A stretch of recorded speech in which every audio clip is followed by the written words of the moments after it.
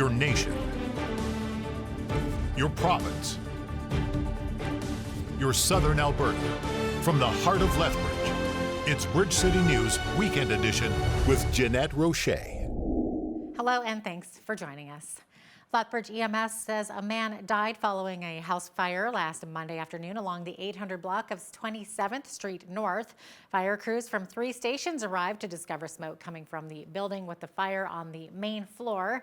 Once the blaze was put out, the firefighters found a man inside of the home deceased. Police say the death is not criminal in nature and damage to the home is estimated at $200,000. The investigation into the fire continues. 2 new UCP candidates are seeking the nomination for the Lethbridge West riding.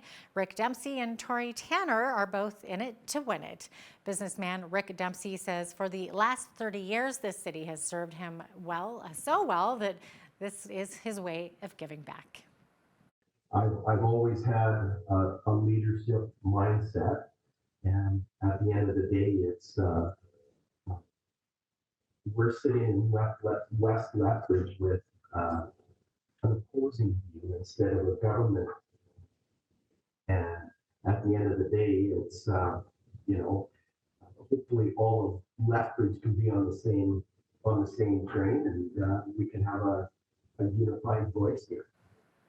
And Tori Tanner, who is originally from Saskatchewan, says she really wants to build a sense of community in Lethbridge West and explains 2 really important issues she wants to tackle if she's elected. One of the things that I had to learn in the last couple of years is that in order to make a difference, then you've got to be willing to step up to the plate, right? You got to be willing to put yourself out there, and that's what I'm doing with this candidacy.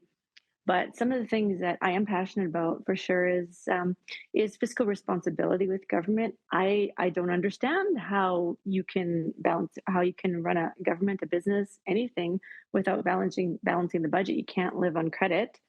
That's really something that's important to me. Also important is standing up for the rights of parents. Whomever wins will be going up against the current MLA, the NDP's Shannon Phillips. The provincial election will be taking place on May 29th. Lethbridge business owners expressed their frustration during an Economic Standing Policy Committee meeting Wednesday afternoon about the potential of parking fines being increased. The fee for a parking fine currently sits at $25 and it's looking at being increased to $50. The owner of a catwalk salon says his biggest frustration is not being able to plug the meter for his clients while they're at his business.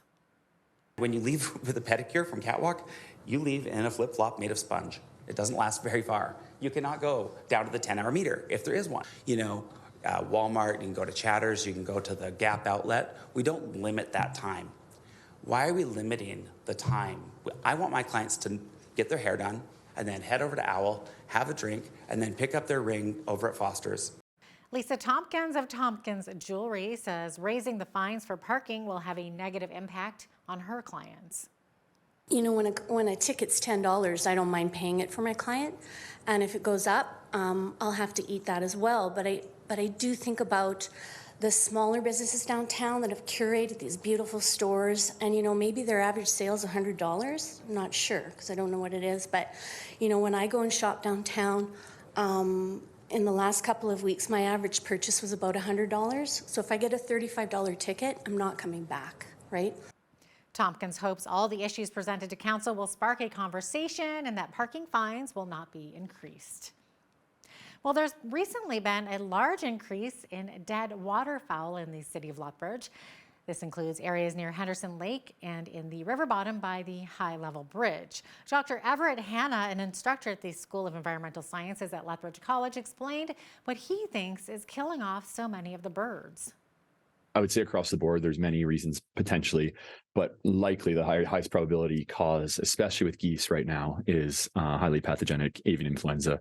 There's an outbreak of the H5N1 strain currently underway. We might be a bit on the tail end of the spike, though if it gets cold again, it's likely to sort of reemerge. There are other diseases in previous years that we've tracked with the city and some other authorities that sort of monitor wildlife health, such as aspergillosis, which is a fungal infection in the respiratory system of birds. So, I don't want to say it's H5N1 across the board, but better than not, the chances with geese especially that it is.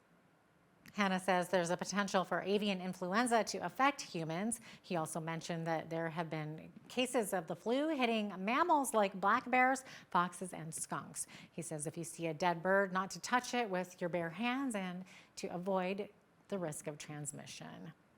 Next, the Alberta government boosting police presence in the hopes to deter crime. That plus more after the break.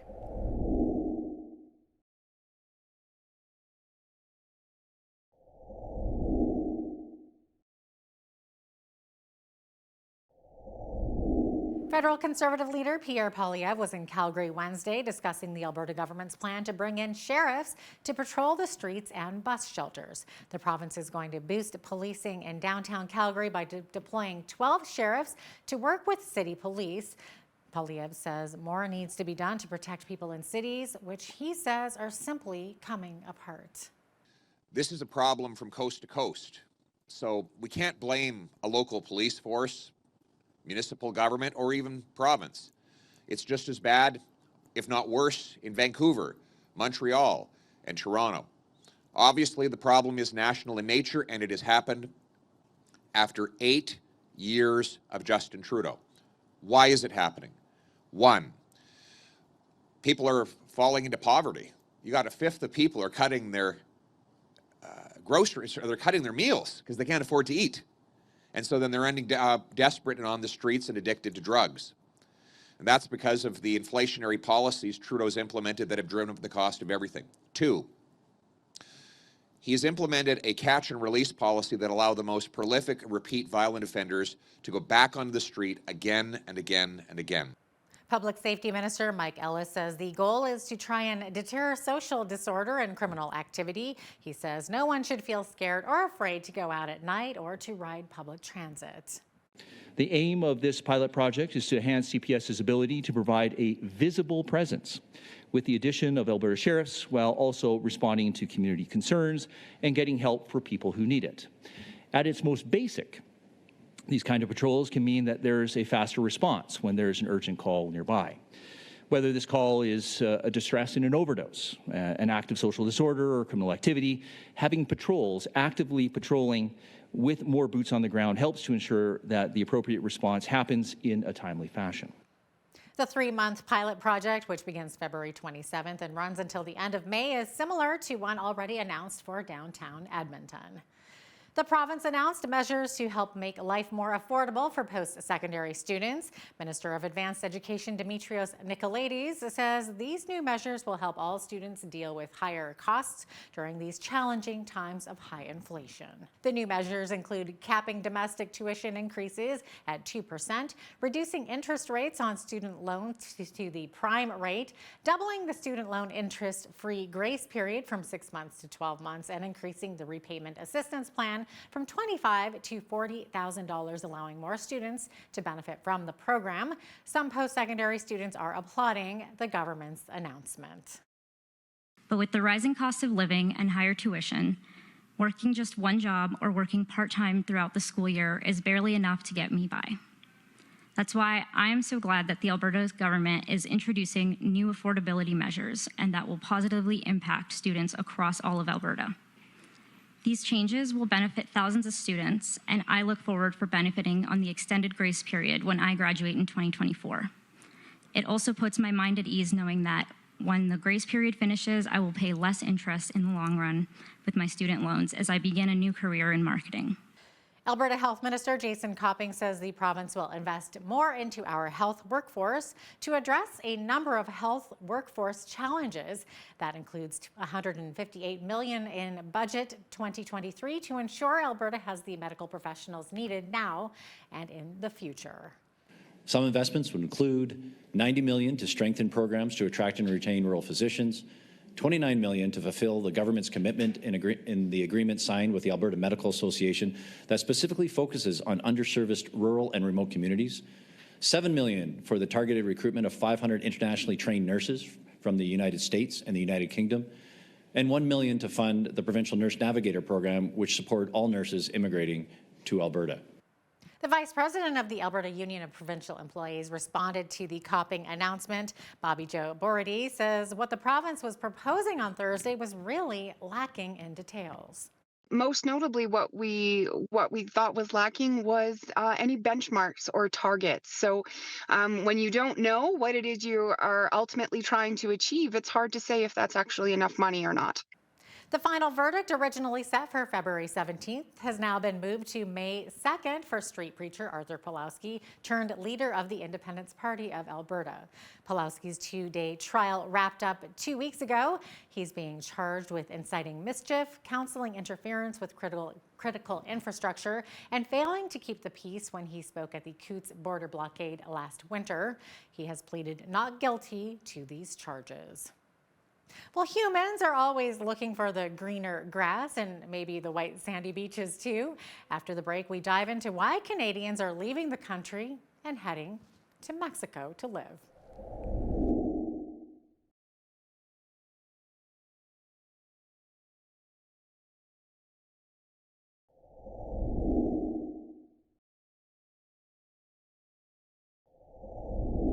Well, there seems to be a large number of Canadians moving to Mexico. Back in the day, snowbirds were mostly known to congregate towards areas like Arizona, Texas, and Florida. But now Canadians are heading even further south to Mexico and beyond. One such Canadian is Steph Farr, who says she discovered her part of Mexico to not only be safe, but have excellent health care as well. She makes the idea of moving to Mexico certainly sound attractive, but is the grass actually greener? Have a look. The subject of politics has been a very divisive one in Canada and the U.S. in recent years. So do you think Mexico gives Canadians and Americans a break from all that political drama? Absolutely. And that's probably major feedback that we get when we meet with foreigners that are joining or moving. It's just that it's just simple. It's back to the basics when you come to Mexico. It's really, I like to say, disconnecting from what's going on and able to connect and come back to what's important and being able to shut out and, really just focus on what's important for us and not really just constantly having, our ears filled with with some noise and political noise. And it's just basic, and we're able to escape from all of that. Now, one thing Canadians love to boast about when we are out of the country is our public health care system. What options do Canadians have while in Mexico if they need medical attention? Of course, there's options of private insurance that's very affordable. And then, of course, many Canadians opt to not even have the insurance because it's just cheaper. The medical system is just cheaper.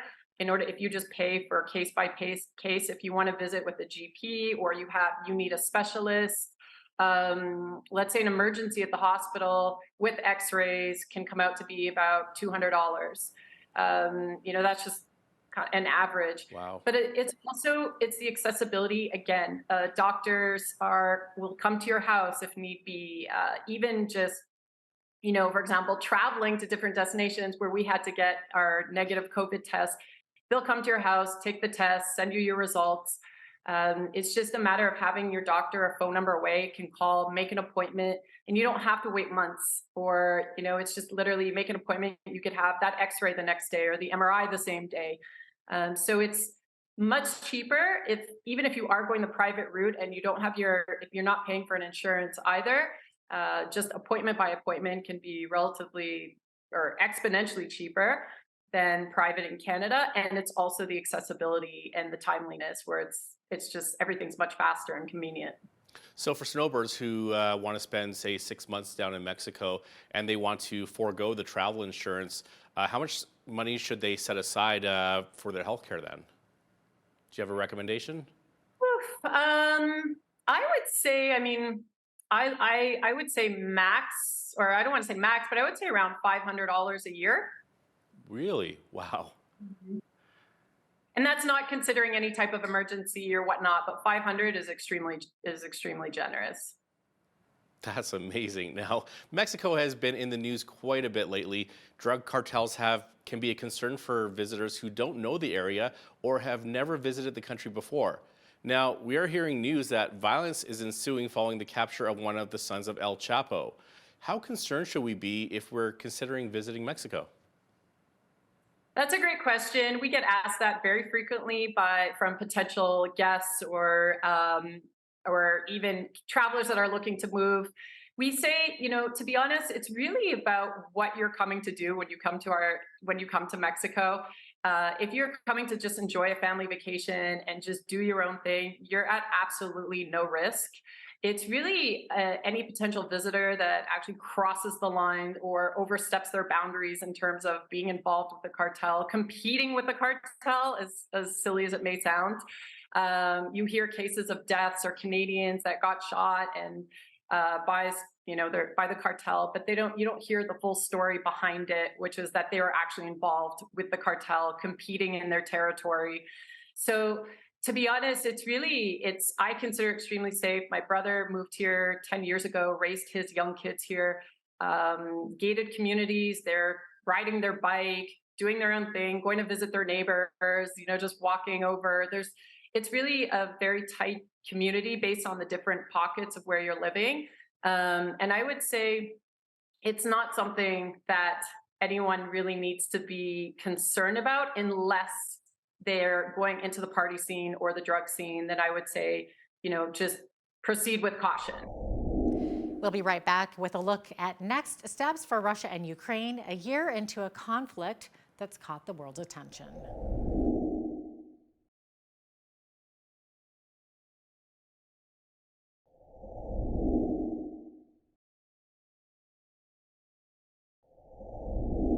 Welcome back. Well, we've been following the military conflict between Russia and Ukraine. There seems to be smoke, fog, and rhetoric from both sides.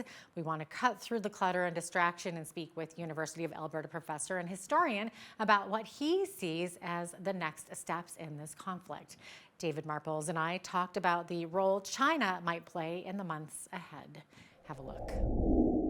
From your background as a historian, can you maybe explain why this conflict, why does it matter so much to Vladimir Putin and the Russian nation, this particular conflict right now?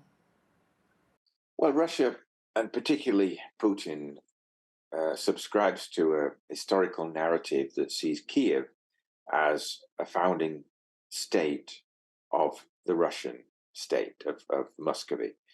That the Kievan state in the 10th century that adopted Christianity in 988 was actually the founding principality of Russia, Ukraine, and Belarus, that the three East Slavic nations arose from that, and that history afterwards is always based on that interpretation that the three states are actually one people, one culture, and one religion, for example, the Russian Orthodox Church.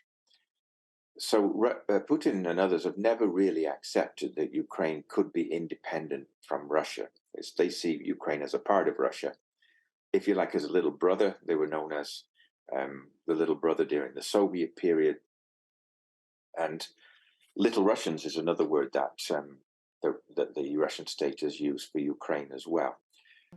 And of course, there's been a little bit of rhetoric about the globalist-aligned governments wanting to weaken Russia and then move on to China in 2024. Do you feel that the European nations can maintain this push along with the U.S. to continue to see Ukraine as a proxy in this war against Russia?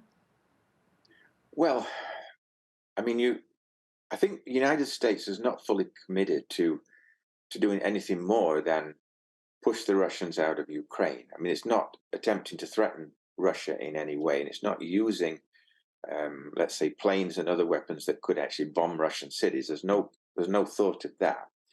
There's no real intention to build up this into a major world war.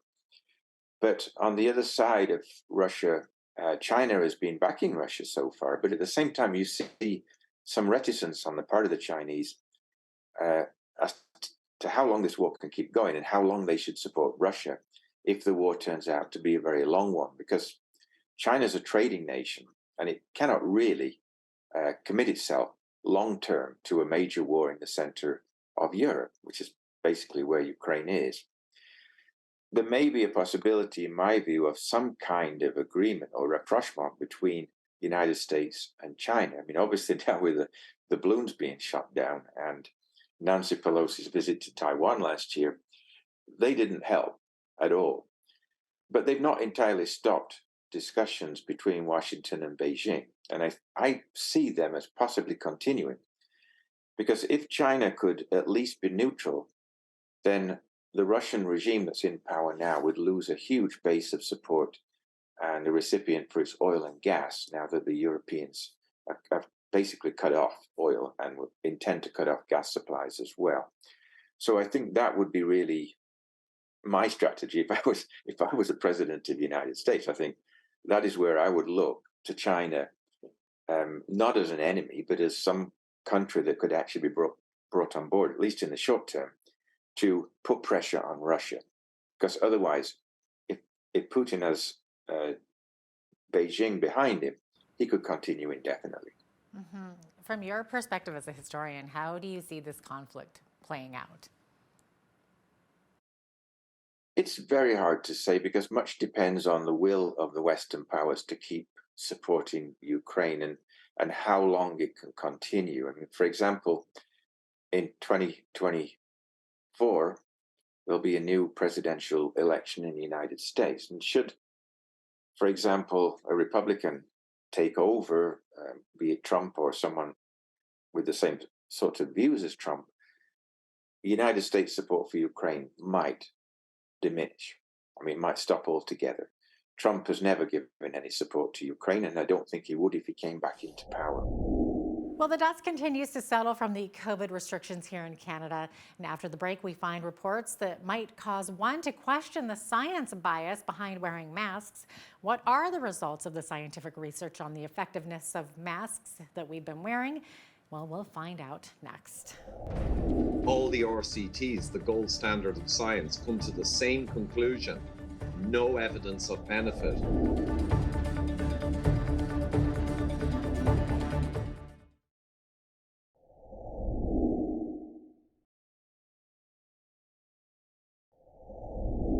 Well, the restrictions and mandates were constantly in our face and on our face.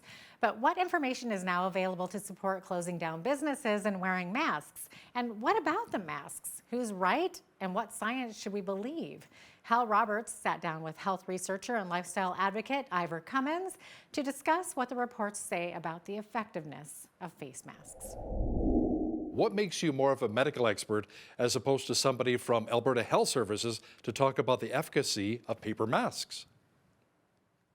Yeah, well, that's a good question. So basically, I have a biochemical degree, obviously, but the key thing is I spent over 25 years as a leader in complex problem solving, and that involves prosecuting all branches of science. I worked in FDA-regulated medical device and high volume all over, basically. So I have huge experience in getting into the data. Show me the data is my catchphrase for 20 years.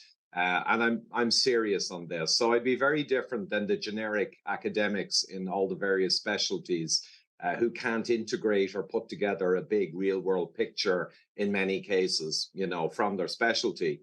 But also the last 10 years, as you said, I have a book out. I've lectured all over the world, East, West Coast, all across Europe and Israel. I've lectured in metabolic health, pretty deep science. So 10 years on metabolic health and the whole kind of health and longevity sphere and all the science within it. So I was very well placed when COVID started, from what I just described, to look at any or all aspects, but also I leverage a worldwide enormous network because of my past of professors in academia, medicine, all the specialties, including virology, immunology, and epidemiology. So, Ivor, can you give us an idea of how much information is available on the effectiveness of the masks, and not just, you know, maybe the paper masks, but maybe the cloth masks and some of the other ones that were available and still are? Absolutely. So I'm just referring here to some slides I threw together, a summary. So Emerging Infectious Diseases Journal, May 2020, a publication from a large team of experts, non-pharmaceutical measures for pandemic influenza in non-healthcare settings. And they basically, the quote is, although mechanistic studies, you know, theoretical studies support the potential effect of hand hygiene or face masks, evidence from 14 randomized controlled trials of these measures did not support any substantial effect on the transmission of laboratory confirmed influenza. And coronavirus is the same mechanism. So that was there, and it had pulled together 14 of the best randomized control trials. And only a randomized control trial can prove an effect from your intervention.